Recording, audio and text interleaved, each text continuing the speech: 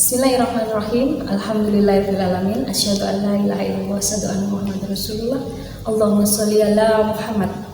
Anak-anak sekalian yang dirahmati Allah Subhanahu wa taala, alhamdulillahirrahmanirrahim. Selamat berjumpa kembali dengan Ustazah Siti Zulaikha di dalam pelajaran Prima Al-Falah dengan mata pelajaran geografi.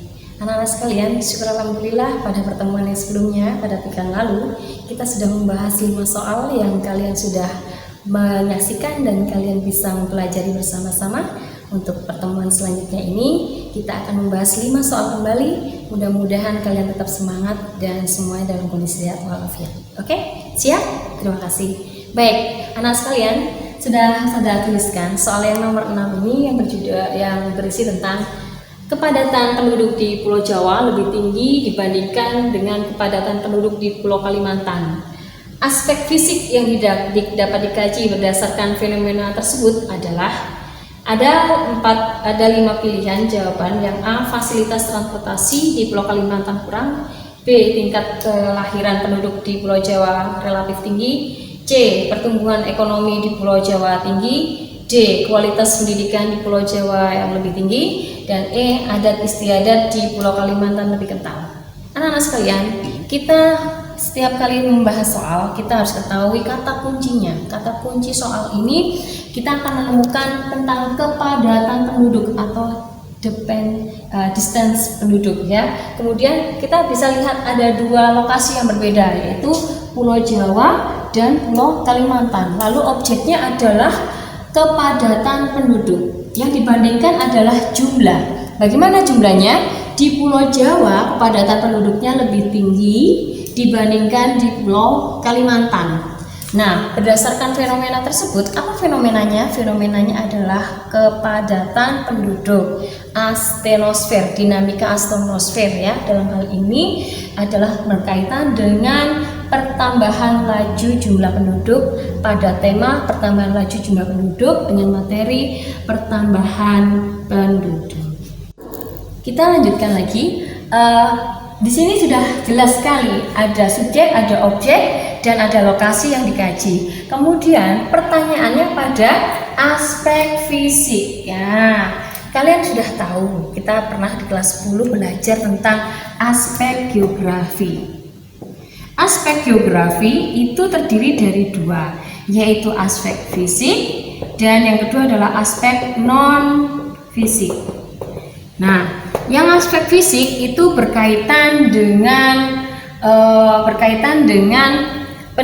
kondisi-kondisi fisik yang berkaitan dengan manusia, kemudian lingkungan ya. Kemudian yang fisik itu adalah berkaitan dengan bisa tentang ekonomi, bisa berkaitan dengan pendidikan, kemudian bisa berkaitan dengan kesehatan atau politik pun juga bisa.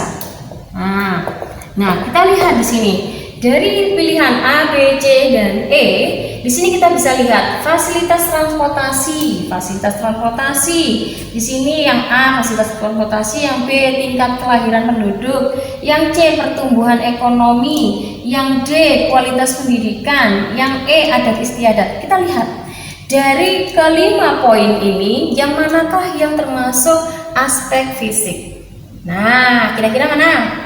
Betul sekali, tingkat kelahiran penduduk. Ini aspek fisik. Transportasi, pertumbuhan ekonomi, pendidikan, adat istiadat itu masuk non fisik. Ya, betul sekali. Jadi jawaban untuk soal nomor 6 itu adalah B. Alhamdulillah kita dapat 1 soal.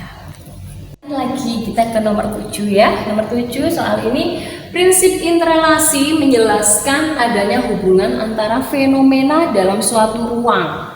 Contoh fenomena yang terkait dengan prinsip tersebut adalah A. Longsor dapat terjadi karena kawasan lereng gundul. B. Persebaran sumber daya dan dapat ditampilkan dalam peta. Saya ulangi lagi, B. Persebaran sumber daya alam dapat ditampilkan dalam peta. C. Data kawasan hutan lindung di Indonesia disajikan dengan tabel. D. Terumbu karang tersebar secara tidak merata di dunia. E. Mata pencarian mayoritas penduduk Indonesia adalah petani. Ya, kalian ingat prinsip geografi. Prinsip geografi ada berapa? Masih ingat? Alhamdulillah 4. 1. Prinsip persebaran atau distribusi.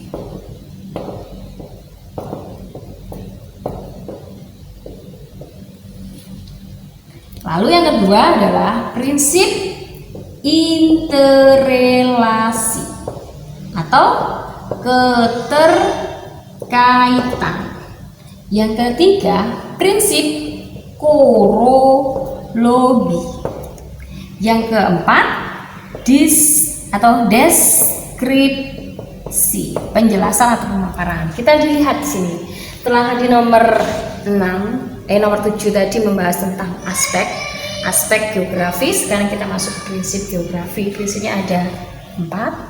Prinsip distribusi, interrelasi, korologi, dan deskripsi atau pemaparan. Nah, kalian harus tahu ciri dari setiap prinsip ini. Kita kebetulan pertanyaan soal ini adalah yang terkait prinsip interrelasi di dalam soal tersebut itu yang mana?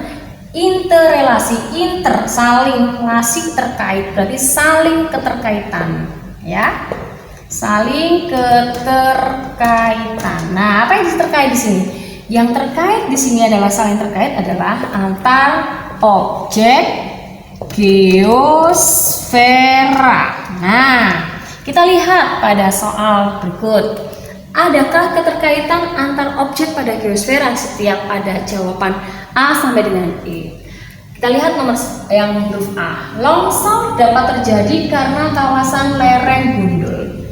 Longsor itu atau soil slide, ya. Soil slide itu bagian dari materi kelas 10, yaitu tentang litosfer. Soil slide, ya, soil slide, tanah longsor itu karena lepasnya partikel-partikel tanah yang tidak terikat oleh bagian atau agregat-agregat tanah. Hal ini bisa disebabkan karena tidak adanya pengikat dan adanya massa air.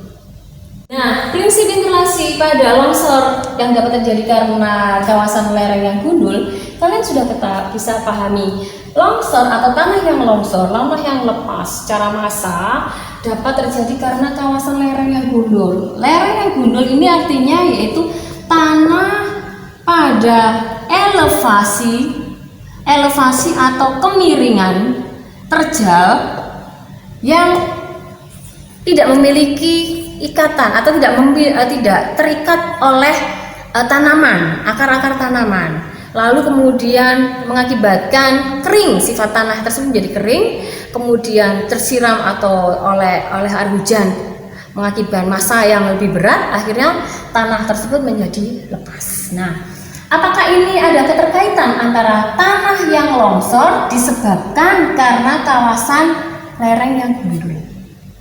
Ya, betul sekali. Langsung ada jawabannya yang A. Tetapi, ya betul sekali ini jawabannya A. Tetapi lebih penting lagi kita akan membahas yang 4 ini apakah bukan ataukah iya untuk termasuk pada soal prinsip interrelasi. Kita bisa lihat yang B.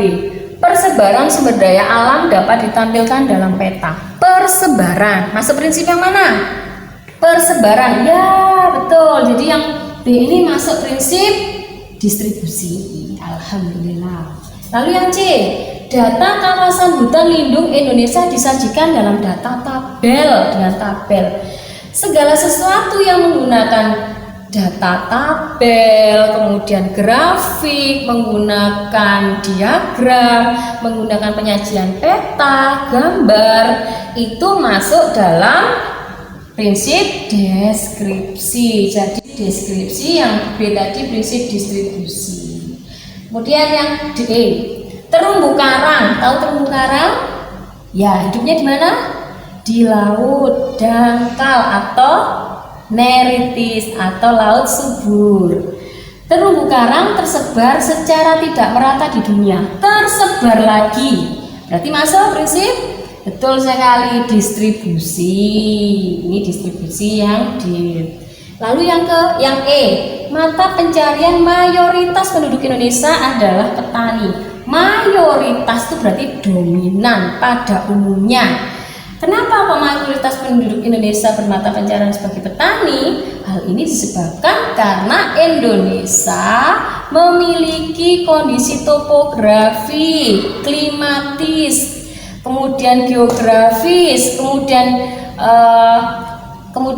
tanah atau kontur tanah, kondisi tanah, kualitas tanah ini mendukung sekali Indonesia sebagai daerah agraris atau pertanian. Berarti masuk yang mana? Urologi, ya. Jadi yang untuk jawaban A ini adalah prinsip interrelasi, B prinsip distribusi, C prinsip apa tadi? Deskripsi, betul. Kemudian yang D distribusi lagi, yang E adalah prinsip urologi. Jadi jawaban untuk nomor 7 adalah A. Alhamdulillah kita dapat 2 soal.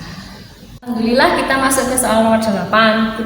Kalian bisa perhatikan peta kontur berikut ini. Peta, jenis peta itu ada 2. Yang pertama peta topografi dan peta tematik. Nah, untuk peta kontur ini masuk peta mana? Apakah topografi ataukah peta tematik atau peta khusus? Yang mana? Betul sekali, kalian masih ingat. Berarti alhamdulillah ini adalah peta topografi. Peta kontur yaitu berkaitan dengan relief ketinggian tempat. Berarti peta ini membedakan ketinggian tempat. Kalau peta kontur ini ditandai dengan garis-garis yang sejajar. Nah, peta ini kalau semakin ke kiri itu berarti menandakan semakin ke bawah atau lebih rendah. Kalau semakin ke kanan berarti menandakan semakin ke atas atau lebih tinggi. Kebetulan sekali peta ini skalanya adalah 1/70.000. Lalu apa yang ditanyakan? Kalian diminta untuk mencari jawaban. Titik Q terletak pada ketinggian berapa? Q-nya ada tinggiannya berapa? Sedangkan P itu ketinggiannya 900 meter di atas permukaan air laut atau mdpal. Kita masukkan skalanya 1/70.000 kan? Kemudian kontrol interval ini adalah rumusnya. Kontrol intervalnya berapa? 1/2000 dikali penyebut skala. Penyebut skalanya adalah 35. Nah, untuk kontur P menuju kontur Q, berarti dia menurun ya, turun. Selisihnya ada berapa garis? 1, 2. Ada 2 garis kontur. Kemudian masuk ini di 3 garis kontur. Dengan demikian selisihnya adalah 3 garis kontur. Nah, dengan demikian ketinggiannya ya. Dengan demikian ketinggian titik Q sebagai berikut. Ditanyakan titik Q ya. Nah, berapa? 900. Masukkan kontrol intervalnya. CI-nya 900 ya. 900 dikurangi berapa? Penyebut skalanya berapa? 3. Penyebut skalanya selisihnya 3. 35. Ada berapa garis tadi? 1, 2, 3. Berarti ada 3. Nah, kita hitung 900 dikurangi 35 kali 3 berapa? Alhamdulillah betul 105. Betul sekali ya. Berarti 900 dikurangi 105 adalah 795 meter DPAL. 795 meter di atas permukaan air laut. Berarti dari jawaban A, B, C, dan D yang paling benar adalah jawaban E. 795 mdpal. Alhamdulillah. Kita masuk ke soal nomor 9 ya. Perhatikan peta topografi berikut ini. Jarak C dan D pada peta adalah 5 cm. Kemiringan lerengnya adalah berapa antara C dan D? Kita lihat di sini adalah kontur atau kontur interval dengan skala peta adalah 1/80.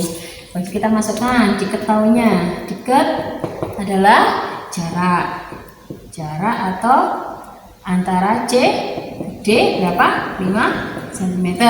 Kemudian kontur intervalnya atau CI-nya, kontur intervalnya adalah 40 ya, 40 meter. Kemudian C apa tadi? Kontur interval atau jarak ketinggian, perbedaan ketinggian. Lalu ditanyanya apa?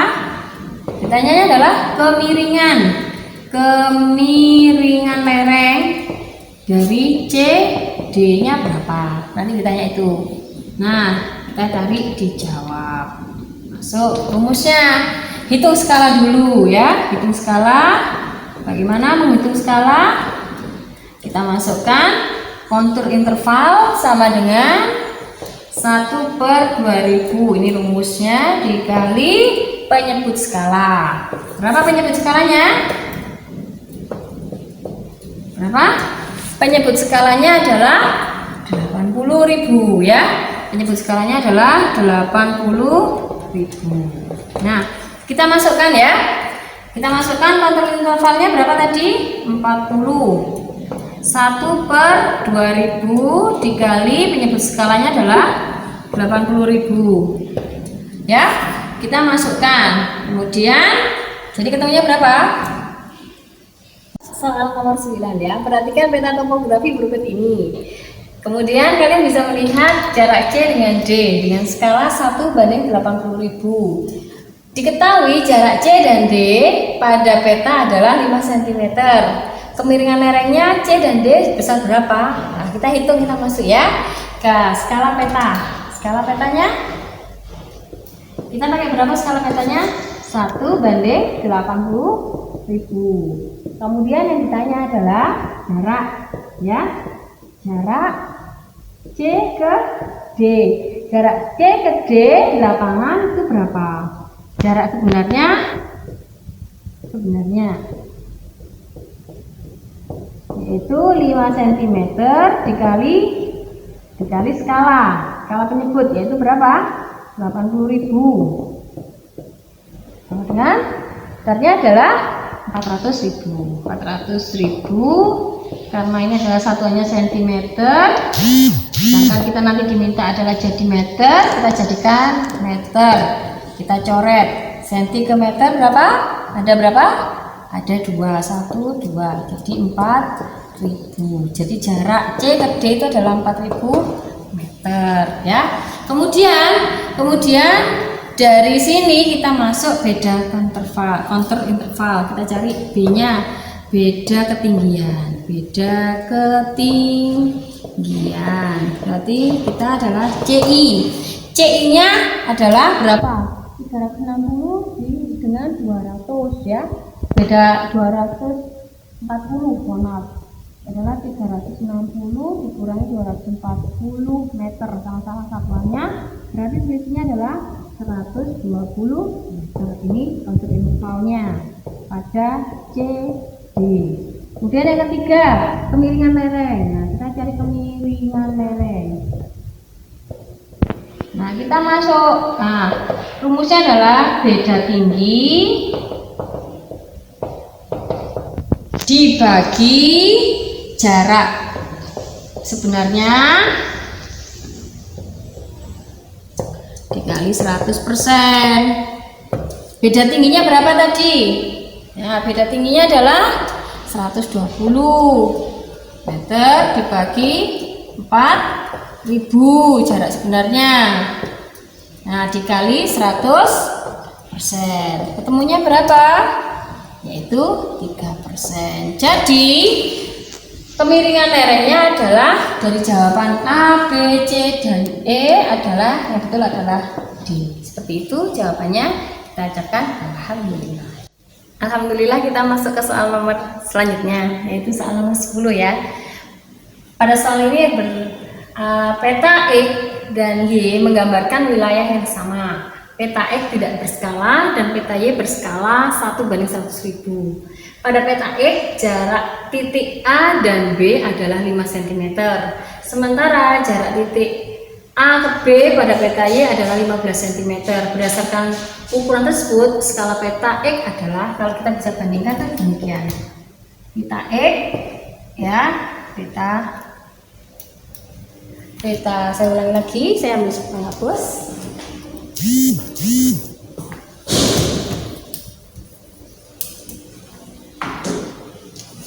Peta X,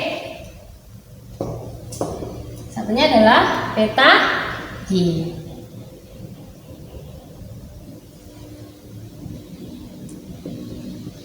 Pada peta X, satunya Y ya, peta X titik A ke titik B adalah 5 cm. Sedangkan pada peta Y, titik A ke titik B adalah 15 cm. Berarti di sini ini kan ada perbandingan, ada perbedaan yang kemudian kita bandingkan. Kemudian untuk berdasarkan skala, untuk berdasarkan ukuran tersebut, kita akan mencari skala untuk peta Y.